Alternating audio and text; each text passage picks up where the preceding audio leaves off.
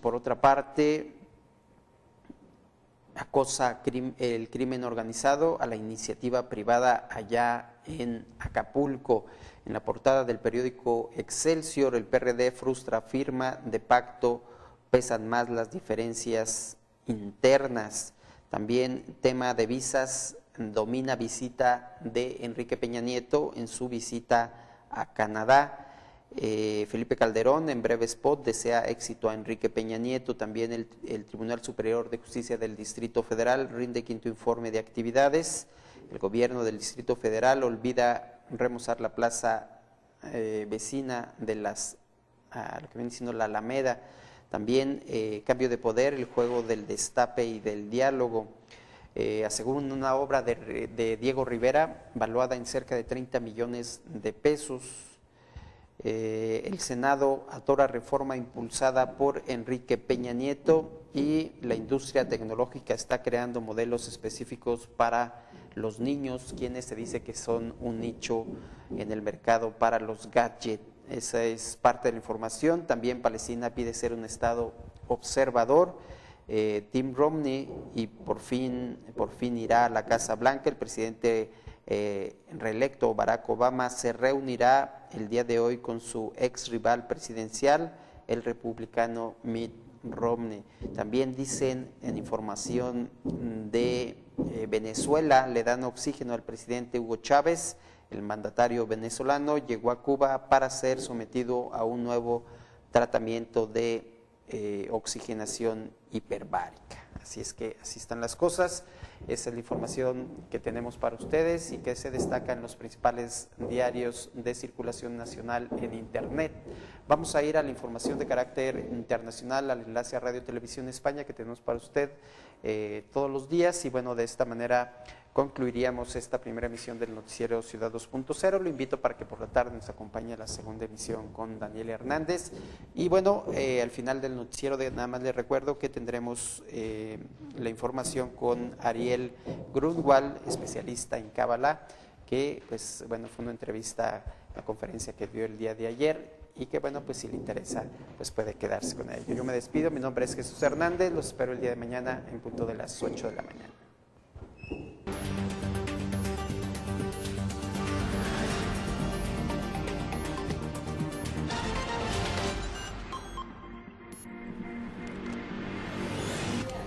La OCDE recomienda a España un aumento de los impuestos y abaratar más los despidos para hacer frente a la crisis económica. El informe sobre la economía española se ha presentado en el Ministerio de Economía después de la reunión del secretario de la OCDE con Mariano Rajoy. El llamado Club de los Países Desarrollados defiende que el aumento de los impuestos tiene menor repercusión en el crecimiento que los recortes, que además pueden hacer que aumenten las desigualdades. Su propuesta incluye también reformar las pensiones para bajar las prestaciones y endurecer las condiciones para cobrar el desempleo. Hola, buenas tardes. Son las líneas generales. La rueda de prensa continúa. Enseguida escucharemos lo que han dicho Ángel Gurría y Luis de Guindos. Este informe llega después del de previsiones económicas que se ha presentado también esta semana. El Gobierno asegura que mantiene sus previsiones, que son más optimistas que las de la OCDE. El ministro Luis de Guindos ha estado antes en el Congreso, donde se ha convalidado el decreto para frenar los desahucios. Sí, 185, no 146. Lo han apoyado PP y UPyD. El resto de la oposición ha votado en contra porque consideran que no favorece a todos los afectados. 120.000 familias podrán acogerse a la moratoria de 2 años para los desahucios. El ministro de Economía habló en principio de 600.000 beneficiarios, pero el número se ha reducido al tener en cuenta no solo las condiciones económicas, sino también las circunstancias familiares. Durante el debate, Luis de Guindos ha anunciado que el Fondo Social ya dispone de 6.000 viviendas con alquileres razonables para quienes han tenido que dejar sus casas. Y la Audiencia Nacional ordena la puesta en libertad de Gao Ping, el presunto cabecilla de la trama china de blanqueo de capitales. Gao Ping y otros 11 integrantes de la mafia china saldrán en las próximas horas de prisión por un error judicial. El juez sobrepasó las 72 horas legales de detención. Gao Ping tendrá que comparecer todos los días en la audiencia. Se le ha retirado el pasaporte y se le ha prohibido salir del país. Palestina celebra ya lo que será un día histórico, su ingreso como Estado observador en la ONU, que votará esta tarde en la Asamblea General. Su propuesta cuenta con la mayoría simple necesaria. Europa acude dividida. España y Francia votarán a favor, mientras que Alemania y el Reino Unido se abstendrán. José Caballero Bonal es el premio Cervantes 2012. El poeta y novelista de 86 años ha sido una figura clave en la literatura de los años 50. Este año ha publicado Entre guerras, una autobiografía con la que coronaba su obra, que ahora el premio reconoce. Ha contribuido a enriquecer el legado literario hispánico. La nieve obliga a cerrar 4 puertos de montaña en el norte peninsular. En otros 25 es obligatorio el uso de cadenas. En San Sebastián, una roca se ha desprendido por la lluvia y ha caído en el Paseo Nuevo. De las 35 provincias en alerta, 20 lo están por viento. En Zaragoza, las rachas podrían superar los 90 kilómetros por hora.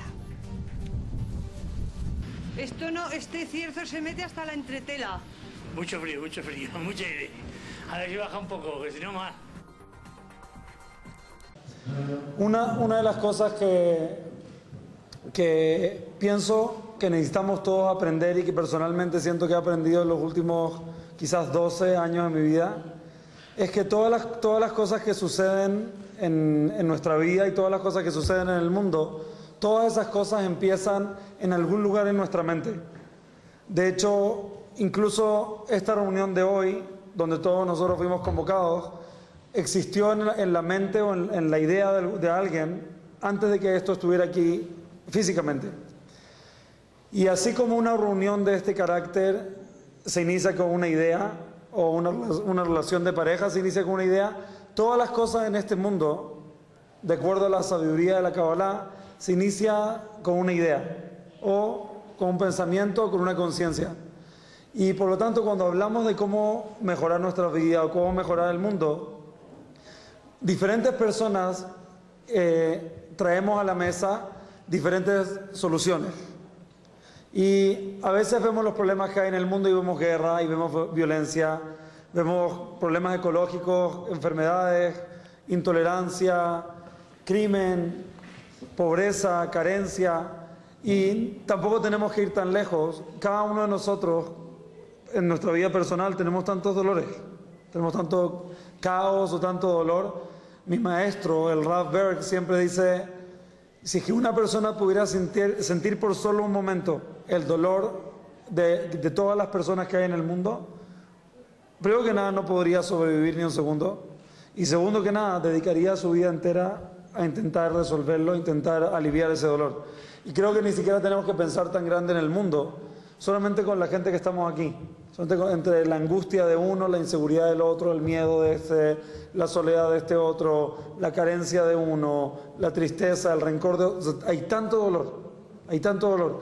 Y de acuerdo a la Kabbalah, todas las cosas negativas que pasan en el mundo, ya sea desastres naturales, ya sea guerra, ya sea intolerancia, ya sea incluso narcotráfico, al final del día todo empieza con ese dolor, con ese caos, con ese vacío que cada uno de nosotros siente de diferentes formas, en diferentes momentos.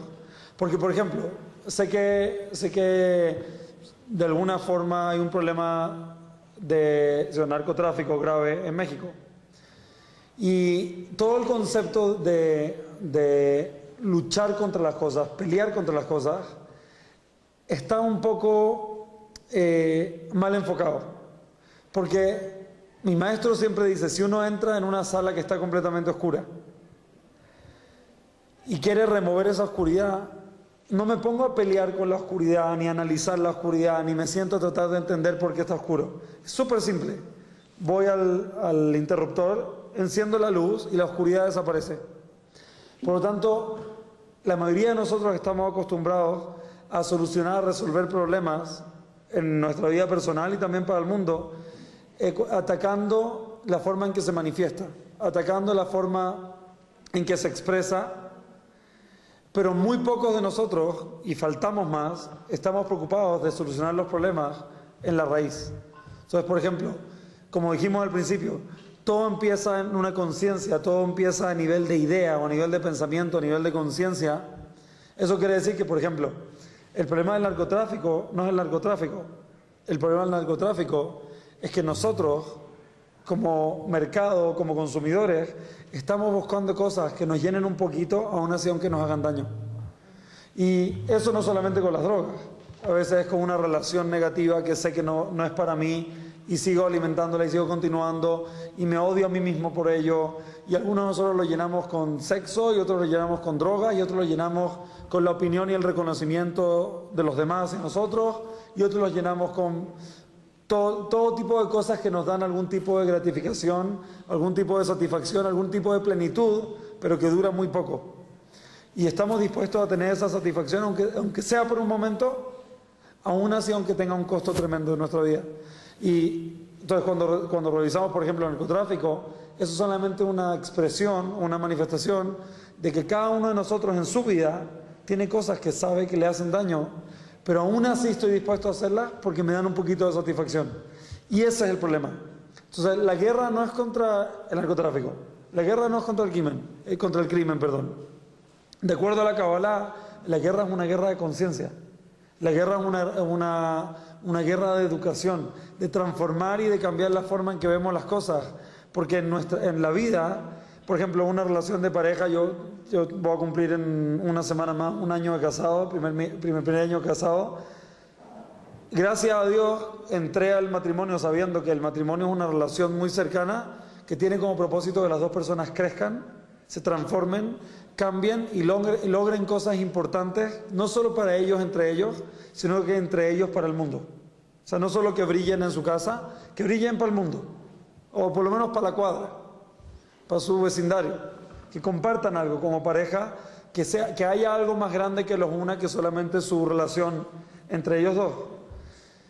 Y esa idea de entender que el proceso de estar cerca de alguien de esa manera es con el propósito de crecer, de transformarme, de ser más, de convertirme en más, de hacerme más grande, solamente esa idea, ese entendimiento, esa conciencia hace que la forma en que uno se relaciona con la relación es completamente diferente.